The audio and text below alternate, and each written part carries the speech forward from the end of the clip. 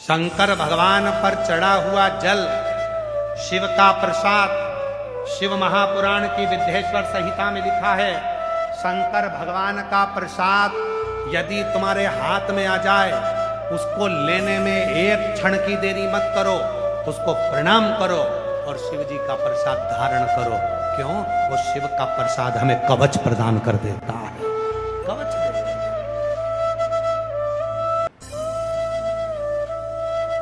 जिन जिन माताओं ने 16 सोमवार करे हो, संकट सोमवार करे हो, जरा हाथ उठाएंगे।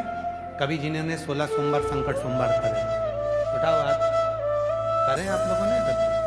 16 सोमवार की कथा में वर्णन आता है कि 16 सोमवार का जो प्रसाद होता है, संकट सोमवार का जो उद्यापन होता है, 16 सोमवार का जो उद्यापन होता है, उस उद्यापन का जो प्रसाद चूरमा होता है, उस प्रसाद को रात भर नहीं रखा जाता, उस प्रसाद को उसी दिन समाप्त करना पड़ता है।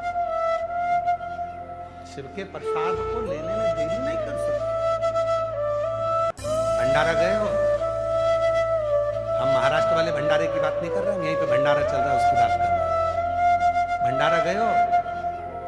अरे बोलो तो जम के। यहाँ जो कथा का जो भंडारा चलता है ना, उसका कभी दर्शन करा तुम लोगों ने कि नहीं करा? बड़े बड़े सेठ जिनके घर में कोई 4-6 नौकर लगे हैं, वो भी भंडारे की लाइन में लगकर प्रसाद को पाने के लिए तैयार खड़े हैं। क्यों? उनको मालूम है ये शिव महापुराण का वो प्रसाद है जिसको लिया और कवच धारण कर लिया, जिंदगी में से रोग को मुक्त कर लिया। महाराज जी सीहोर कुबरेश्वर धाम पर प्रतिदिन, आप भी आए हैं, लगभग 25 से 30 हजार लोग रोज आते हैं। बाहर इतनी होटलें बनी हैं पर कोई भी होटल का भोजन सुबह का समय लेता ही नहीं। जितने लोग कुबरेश्वर धाम आएंगे वो सुबह का भोजन बाबा के धाम में ही पाएंगे। उनको मालूम है कि ये कंकर शंकर की धरा का प्रसाद है, इसको ले लिया कवच धारण।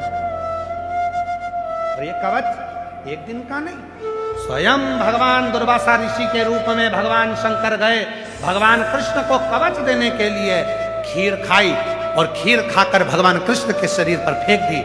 हे कृष्ण, पूरे शरीर पर मल लो। भगवान कृष्ण ने खीर तो मल ली पर पांव के तलवे में खीर को नहीं मल पाए। जब पांव के तलवे में नहीं मली तो भगवान दुर्वासा जी ने कहा, अब तुम्हारे प्राण छूटेंगे तो पांव के तलवे से छूटेंगे। नाथ, पांव के तलवे से क्यों? मैंने खीर प्रसाद दी थी, अगर वो प्रसाद पूरे शरीर पर लगा लेते तो बाण आता, जरा नाम का व्याघ्र छोड़ता, तुम्हारे लगता नहीं, उससे कुछ होता नहीं। पर पांव के तलवे में वो बाण लगा और भगवान कृष्ण को प्राण त्यागना पड़ा। पर शिवपुराण में हम वर्णन करते हैं, जल चढ़ाओ, थोड़ा सा जल अपने ऊपर प्रोक्षण करो, थोड़ा सा जल का आचमन करो। क्यों कहते हैं? शंकर भगवान पर चढ़ा हुआ जल, शिव पर चढ़ा हुआ जल, उसका जब हम प्रोक्षण करते हैं, अपने ऊपर छींट लेते हैं, ये एक कवच अपन धारण कर लेते हैं। शिव पर चढ़ा जल का आचमन कर लेते, भीतर के विकारों को, रोगों को समाप्त कर